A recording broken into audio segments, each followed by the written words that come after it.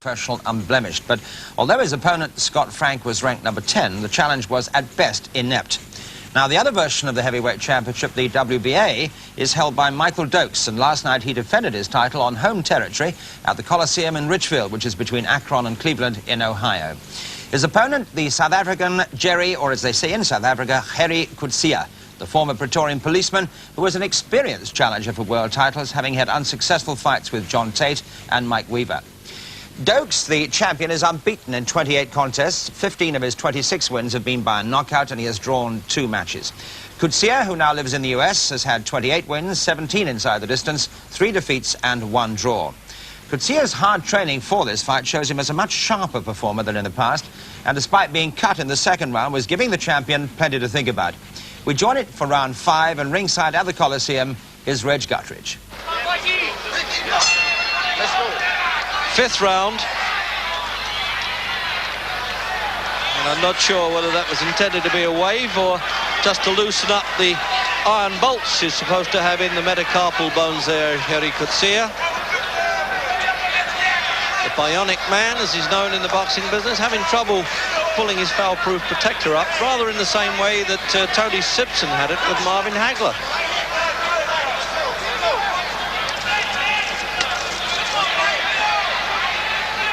Good start by Coetzee, but now Dokes has come back by the 5th. He's getting a lot sharper, and I would have thought now getting on top the champion. Beautiful punches when he drops that left hook to the body. He really checks this big fellow in his stride.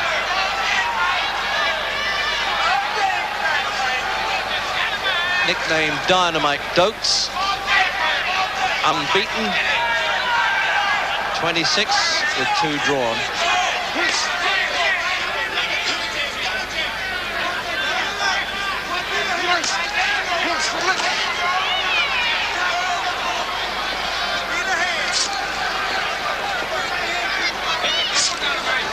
Making it a bit obvious, Coetzee, but sometimes you've got to take chances, and he did there. Caught him right on the button. That punch was on the money, but Dokes absorbs that punch well. He was up before the count could start in a way, but he's got to take the mandatory 8 count, and there is a 3 knockdown rule in existence in this fight, so if Dokes went down twice more, the fight would automatically end under WBA rules. Can this be fight history in the making or not, if Coetzee can do this? And again, but the punch caught him high, but Dokes is fighting back. Oh, and a left hook from Dokes there. That might have taken a little bit of the spirit out of Coetzee's fighting, having his man down and then having to take a shot like that. That's the hallmark of good fighters and champions, when they can come back from knockdowns and win the next series of punches.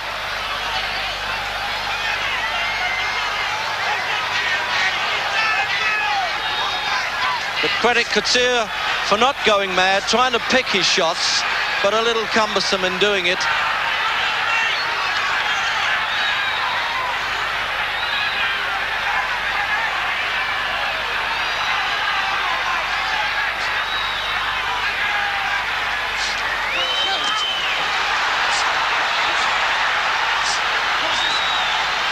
Dokes definitely superior inside. He tucks himself inside the taller man's arms and scores well to the body, but Coetzee is willing to take chances, as he did early, and managed to tag Dokes.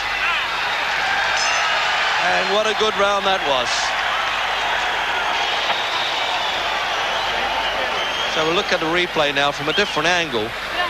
As the right-hand punches go in, Dokes is floundering a bit there, and there it is, bingo. How he got up from that so quickly, I'll never know. That's a game fellow. You understand? Don't get on them ropes. That's where he wants you. 7th round. And almost a catch-as-catch-can championship, this, for the WBA version of the heavyweight title.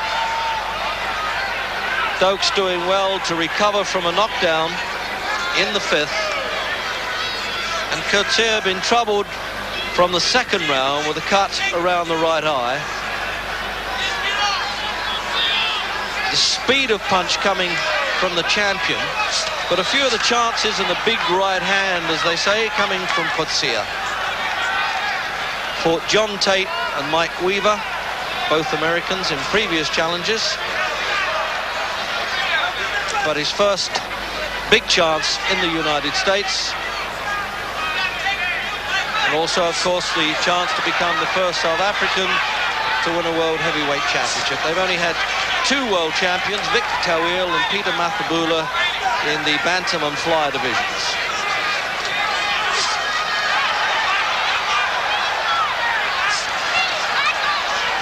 Complaining all the time there, Coetzee, about low punches. You know, when you get to the top, you really don't bother with that. You very seldom saw Muhammad Ali or Joe Frazier do that. And while he has every right to do it, he should be concentrating on what's going on and let the referee take care of the rules. Tony Perez knows his way around in his 42nd world title fight.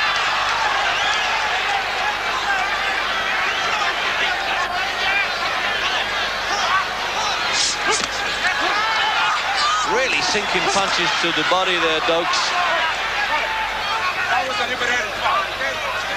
And Tony Perez saying something was deliberate to Coetzee with a Puerto Rican accent. I'm not totally sure that the South African would understand that, but certainly Dokes understood that right hand.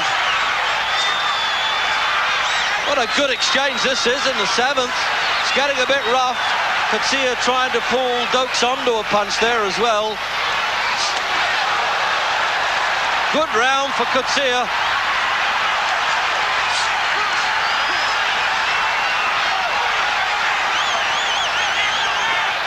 A little bit of needle there showing, wasn't it? Pretty obvious. And they really are breathing a bit heavy after those hard exchanges at the end of the 7th.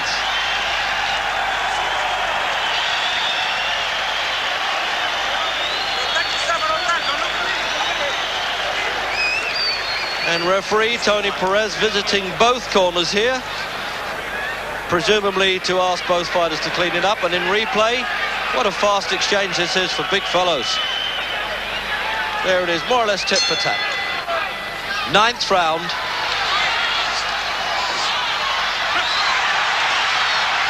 That was a slip there. The crowd got a bit encouraged. He's complaining again about the low punches, and yes, Perez quite rightly warning Dokes, and remember that he can advise the judges to deduct a point from Dokes, but the no foul rule is in existence, and it would have to be really consistent and blatant for a disqualification.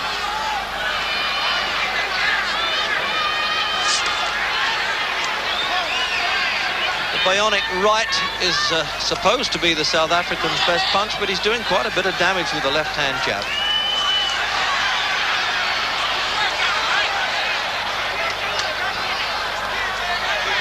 The strength of Dokes' chin goes back a long way. He fought the great Teofilio Stevenson of Cuba when he was very young indeed. He was only 17, in fact, and got off the floor in the 1st round and then finished up losing only a split verdict to the great Cuban Olympic champion.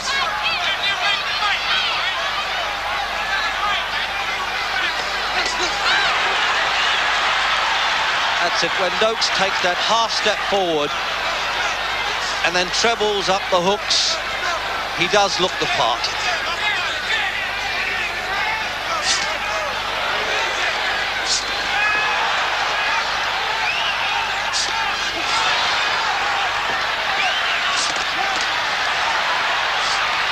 And it's a hard one in the 9th, and the Afrikaan supporters are waving Coetzee on. Scored with a left hook there, but he really just arouses even more fire in Dokes when he lands a good punch. This is a very determined champion.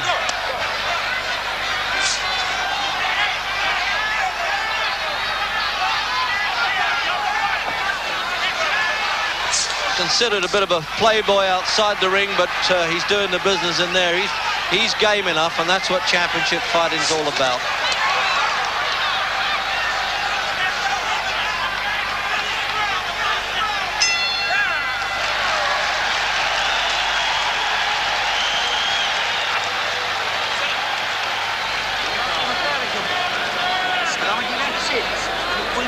couple more defense. Come on. Start over. Take charge. Be the boss.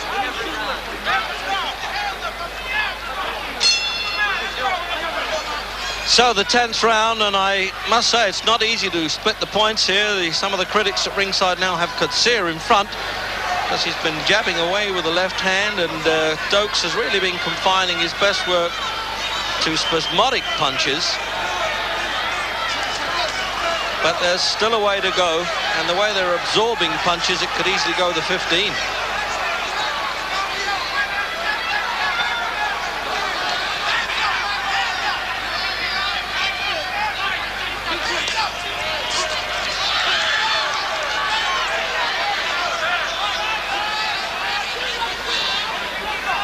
When Coetzee fought Mike Weaver, which was seen on World of Sport, he certainly had a long lead in that fight, but came unstuck at the end. But he says his stamina's much better now. He trains far more professionally than he did.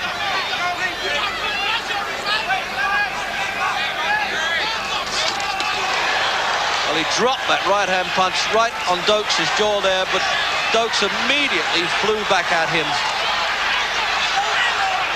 And believe me, these fellows have got to be both fit and tough to take those.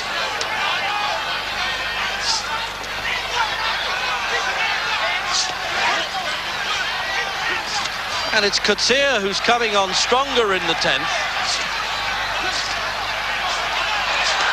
Dokes looking in trouble in the 10th round. He's running out of gas. And Coetzee could create his own bit of boxing history here if he can keep this fellow down.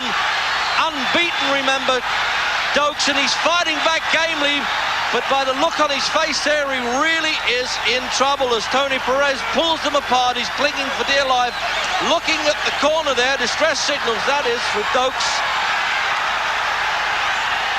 In the 10th round, Gerrie Coetzee in his third challenge for the championship is going to win it, and I don't think Dokes is going to make any effort. He's hanging on to the ropes, but it looks as though they could count over him. The bell is gone, but the referee has got to continue counting because that's all in, and he's out, counted out after the bell in the 10th round.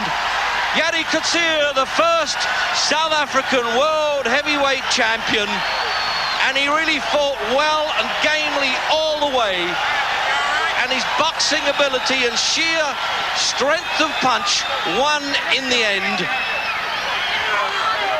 And Coetzee, with so many people jumping on him, is crying, I would think, lying on the canvas there, surrounded by his, well, not only well-wishers, but they really are diving in the ring there to kiss, to touch, to scream. There's almost 1,000 South Africans here to see this, and the security are going to have a hard job to keep them all out.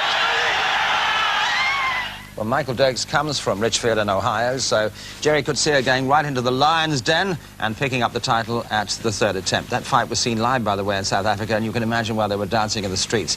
But as you saw, the usual mayhem in the ring after the fight. Reg Guttridge is well used to this scene, and eventually he managed to get a word with the new champion. Well, congratulations, Gerrie. That was quite a nasty cut you had around the eye there. Did that bother you early on? It did. Well, this is the second cut I got in my life, and the first one I got didn't bother me very much, and especially in the third round, there was like white in my eye. I couldn't see very well, and I thought, this is trouble. Gerrie, can I... Sorry, Bob. Can I ask you when you're going to box next? Can you box in South Africa? It's up to Mr. Don King giving me this opportunity, and when he ever wants me to fight in December, in January, it's up to Mr. King.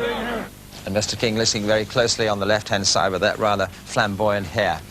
Well, now, our next major boxing date is in November, and what an exciting prospect that is. Marvellous Marvin Hagler defending his undisputed middleweight title against the exceptionally durable Roberto Duran. That's only on ITV, and you can see it on Friday evening, the 11th of November. A short break now, and then the first of our 3 visits